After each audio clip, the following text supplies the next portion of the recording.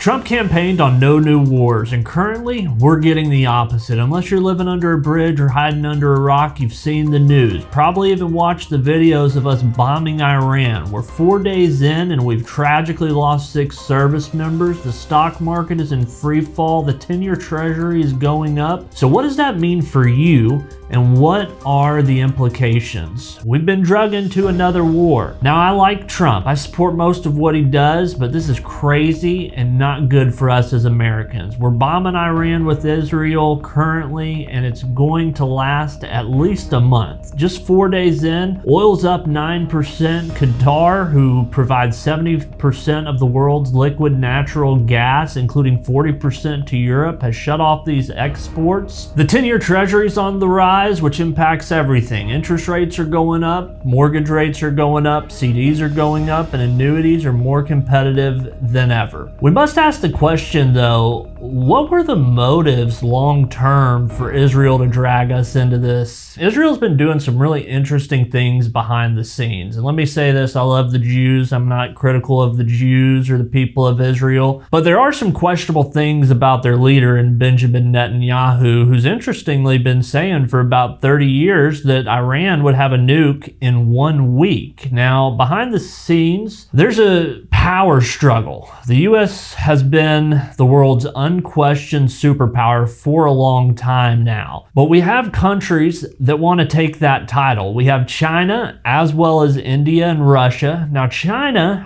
and Russia have sided with Iran in this war. Now, they haven't been involved or anything, but they've voiced their support of Iran. We've seen it in the news that they're super close. But India has made some interesting moves that few have seen. Just 2 days before we started bombing Iran with Israel, Netanyahu went to chat with Modi in India, a country that wants to be the top dog in the world. They also have great demographics. They have a swelling youth population where China and the US have a swelling elderly population. As the famous quote says, show me your demographics and I'll show you your future. Now, why would this matter for us? When it comes to our country, we're $38.5 trillion in debt, which is not a great spot for any country to be. One thing that allows us to be that way is our military power and weapons stockpile, and no one's going to challenge us on that. It's estimated that if this war drags out, that our stockpile of munitions could be greatly depleted, and we may not be able to recover for 10 years. And we would not have the munitions to fight another peer-to-peer war with one of the 4 major powers in Russia, China, and India. Now, the bombing would have to go on for some time for this to happen,